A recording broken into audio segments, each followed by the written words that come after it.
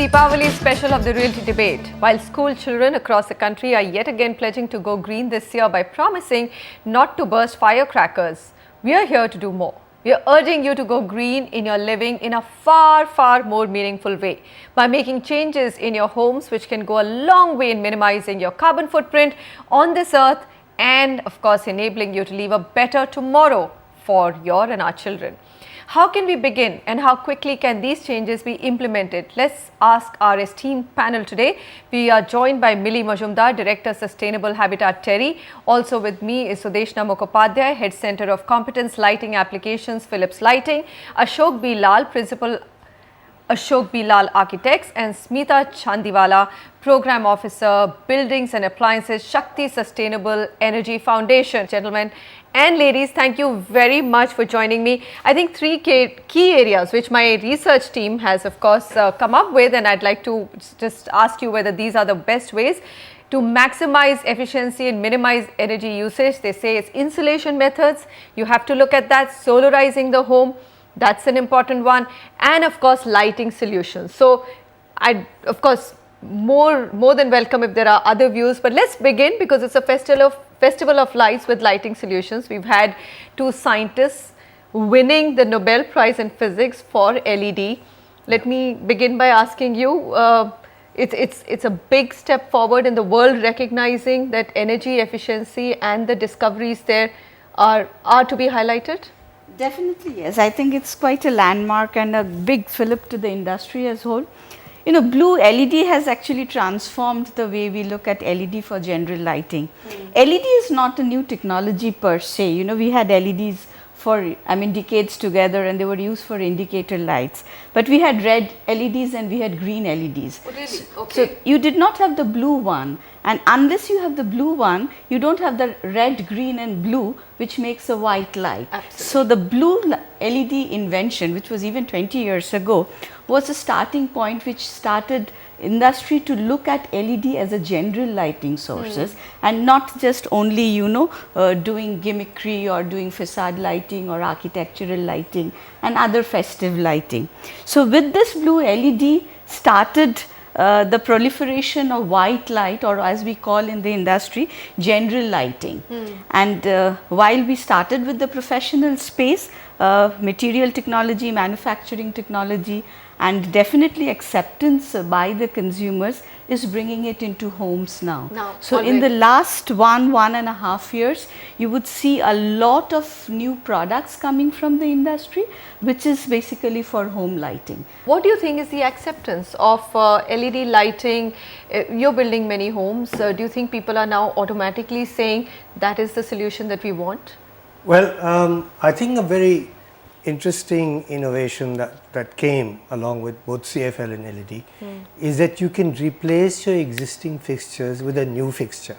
You can replace your existing fixtures with a new fixture. That's a very important innovation because it means that you don't have to change entire installations to be able to install. You mean to say in the same socket you can fix an LED lighting? I think that was a... But why? I mean, I've had a very recent example when one of my CFL bulbs was not working, so I said, can you change it with LED? The electrician said, no, it has to be there has to be a socket change. Is that correct? Now that depends on the type of LED fixture. So I'm pointing out to this particular facility, if it is brought into the LED fixtures on offer today, and I think over the last 2 weeks we've been seeing the LED thing that looks like the light bulb. Absolutely. Right? Which is exactly that. Yeah. It's a very clever move and it's a very appropriate move. And how much that is is what price? makes it first acceptable, because I don't have to change everything in order to install it. Okay. The next thing is, how much does it really cost? And I think we have to go back to Sudeshna to ask that question. How? Yeah, it would depend. Any product has a specification built into it.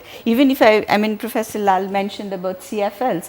When CFLs also entered the market, you also were, grappling with the issue of the base and the socket. So even CFLs had two different bases. One base which can go directly into a incandescent bulb socket, and you have bases which are basically a CFL base, which is what we call as a non-retrofit solution. So even in LEDs, you have what we call as a retrofit solution and a non-retrofit So is solution. a retrofit solution a good enough one? Yes, for you homes, can, yes, for homes, you can because just nobody wants to change the entire lighting. Yes, It's a huge headache. Yeah, so you have a retrofit solution and you have a non-retrofit solution. Why non-retrofit solution? You can then exploit the potential of design. So because LEDs, are a very, very small compact source, if you really want to make a very artistic luminaire, probably you would like to do it differently than get into the shape of a conventional bulb or a, a conventional Are there tube. options to So get very there are artistic? options. Oh, sure. So, you're really addressing the whole market. You're addressing a market which needs to be very economical. And that's where the largest consumption is. But you didn't And- talk about the pricing point Yes. yet, and I Right. think all our viewers do want to know, That's right. So we still have to yeah. cross-examine address on the that one. pricing If I come bit. to the But I think price, you can address the other end of the market too, where LED now becomes as flexible and as adaptable a type of lighting system as any other that we have known. And so I think you address the breadth of the market, but I think the price issue still remains to be answered. Yes, prices. If you just go to the retail market, probably prices start at about 250 rupees or so, or a little lower, and can go as high as whatever you But can a regular think one. of. So Yeah. let's say if I have to replace So a it would 60 be- watt bulb, right? So what would that be Yeah, in so LED? If you would probably we should reference it against a CFL lamp, Right. because more or less most Okay, of the let's homes. reference it against So a if you are CFL. That's right. referencing it as CFL lamp, it would be 2.5 times. Now. 2.5 times. Yes. And the energy saving is? It's less than, more than 70 to 80%. So between Okay, so 50% to that is what 80%. everyone needs to And hear. also the life class. I mean, also keep in mind, while we talk about energy, there is also another factor which also affects our environment, and that's mercury. So LED does not contain any mercury. So Yeah, when you are disposing CFL, you are also disposing mercury into the, Wow. into our Mother Earth, and that's not Right. a sustainable. Long term, it's not sustainable, and we Okay. do not have very stringent regulations of recycling in our country. So LEDs also bring in that advantage that if you buy a good LED and a good spec LED, it should last you more than 25,000 hours, and the disposal, and there is So there are there's many no more mercury. benefits than much just, more I benefits saw when than you talk only about energy. mercury and disposability, I saw Smita shaking her head she seems to like that bit of it. Give us your thoughts on just India, where we stand. Are we very, very slow and late adopters? I'm only going to limit this conversation to SEC A, B in cities, because the penetration would be much lower in B cities and rural areas. They have a long way to go. First they need the lights to come to their villages. But in the socio-economic class that we are talking about, which we can benchmark, who have traveled globally, who have the affordability, do you see that the adoption is terribly slow, or do you think you're encouraged by it? I think it's a pretty recent technology, so we'll see adoption rates growing. But what I'd like to highlight is that the government is actually working towards procuring in bulk by aggregating demand, and one of the key sectors would be a rural sector, because when you provide access to energy to rural areas through an off-grid solar solution, you want the maximum efficient technology to be there, right? So this whole conversation that let's just limit it to SEC A, B of cities is a wrong conversation, wrong route so to go recently through. Okay. the government is actually prioritizing the Rajiv Gandhi Gramin Vidyut Karan Yojana, Vidyut Karan, yes. right, which is for electrification of villages, and they're combining LED lighting with this provision, because So provide that's the a most big step. So the government, Dr. Lal, can the government play a really important role in evangelizing LED usage? Because they said Surely. as soon the day that we heard about the Nobel Prize Surely. for the discovery, for the invention rather, not Yeah. discovery, we immediately heard some noises from the government that they're going to come out with a 10 rupee LED light. Yeah. So do you think it's possible, or do you think that it's just Well, I definitely think that's possible, and I think that's the way to go. so huge subsidies? It's okay to go down because that route? if you want to see this whole thing in the context of climate change, what the scientists are telling us today is that we have got an opportunity window of merely 7 or 8 years. If we are not able to reverse our trends within that time, we're going to have difficulty. Just 7 to 8 8 years? years. Good Lord. So, in the process of rapid economic growth and in the process of urbanization, if you don't take really aggressive steps towards reducing demand, which can be done through governmental action, and creating the demand for the inventors and the product producers to find solutions which are affordable and they can on a small margin have huge scales, you know, we will not be able to answer the demand of climate change on us. Let's bring in Millie. Millie, you know, you've been hearing our conversation here. What do you think? Place India in the entire global world map and tell us how far are we from just ensuring that at least through lighting our carbon footprint is minimized. Lighting has a huge role to play in terms of energy security as well as energy efficiency dialogue and discussions. And in context of while we are discussing LED to be introduced at homes and in the rural areas, in this context I wanted to mention that TERI runs a huge program which is called Lighting a Billion Lives, you know, where we are looking at bottom of the pyramid and looking at LED solutions for rural applications, wherein a whole entrepreneurship model has been created around, you know, LED lamps being there and being charged through solar systems. So that makes a huge sort of economic benefit because you have a solution which is consuming less amount of energy and you know, you are able to generate that economy of scale because you are able to use solar systems to be able to power it and cater to a large mass. So that is, I think, a huge application of LED and you know, sort of helping India to meet the access to millions of people who do not have access to electricity.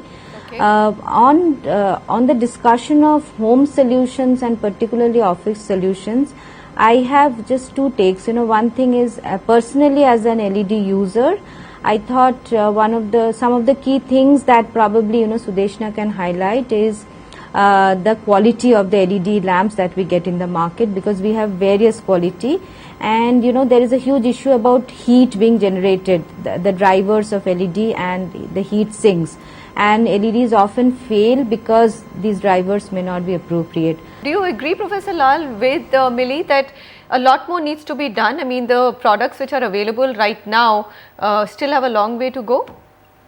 Yeah, I think at least for home solutions, because well, we are going to be urging that, you know, no, after seeing the show, people go out there and do retrofit this this Diwali. Does the manufacturing sector have a larger role to play before you can compel them to do yes, so? Yes, definitely, because when you go shopping for the LED fixture or the LED light, you will be told by the good manufacturer that, you know, this costs quite a bit, whereas I say that, you know, you can buy the same thing for half the price or even less than that. Then he will tell you that there are these shortfalls in the technology at the moment. So I think as the technologies are nascent, there are quite a few bugs yet to be plugged, especially at the cheap end of the solution. I think that is a catch, and we have to work on it. And they're 220 rupees. Is that the one that we are talking about, or 2.5 times? Yeah, 2.5 yeah, times. but there are many things in the market which may not be manufactured by Philips, or whom we might call the big responsible companies, being manufactured by other kinds of companies, where you might face this problem. So I think it is quite important that you go to buy a product which is checked for quality. Sudeshna? Yeah, if I would just like to respond to that, India per se is the first country, the Bureau of Indian Standards, who has published LED standards. So we have standards for LED retrofit lamps, we have standards for LED modules and drivers. And Millie, thanks a lot for you know, bringing up the reference on the quality of light. Finally, we are all human beings and we need light not only for vision, it has a psychological and biological impact as well. So the color quality and the technical quality are very important. So there are heating aspect. She yeah, said so yeah, so let me come to that. So if you take LED as a technology, it is technology specific, it's nothing to do with the lamp. So, you know, the way the light is generated, you also generate a substantial amount of heat at the junction of the two diodes, you know. So More that than what you do in a CFL light? no, it is different. That's Okay. a heat generation inside. So LEDs will not radiate heat. So if you are standing in front of an LED, you don't feel any heat. So that it doesn't heat up. But within the chip itself, there is heat generation, so which needs to be extracted out, and that is where the manufacturing excellence comes in. Okay, so when we are talking about standards and BIS standards and good manufacturers and not so good manufacturers, this is where the differentiation comes in. So the life of the LED will depend on how well you extract that heat out of it. Smita, what's your own view in terms of the products which are available currently in the market, the choices that consumers have? Of course, I know that you work more towards the weaker segments, but even if you had to go out shopping for LEDs, do you think that with the Bureau standards, BIS standards, you still have products which are below the standards, and therefore you have to be a bit careful of what you go out and shop for? I think that's pretty much where the standards debate needs to go. People need to sort of be able to see a certification which is easy to understand. You know, we have something similar for appliances, and it needs to sort of extend. We have it for the tubular fluorescent lights, and it needs to extend now to LED. Okay. Also, I think just to add in terms of where the market is growing, there is a lot of efficiency potential as well, which will see improvement over time. So it's not, right now there is a lot of savings already possible with an LED, but in the few coming years we'll see that efficiency improvement as well. So we've not reached the inflection point, Dr. Lal? Let's have the final, not at all. on But I LED. think something we are forgetting, all right? Because we are not only talking about efficient lighting, we are talking about minimizing consumption of electricity, for illumination, all right? Absolutely. So please don't forget the daytime use of lights. If your buildings are badly designed, if your windows are poorly designed, and they end up you drawing the curtain and switching on the light inside because the window is poorly designed, LED or no LED, you've got the first thing wrong. I think that is So I think the first principle of saving electricity as far as illumination is concerned is to be able to use daylight effectively. All right, I think we're going to take a quick break on this note, but we have understood the importance of using daylight more efficiently, and then also looking at the LED solutions which are available.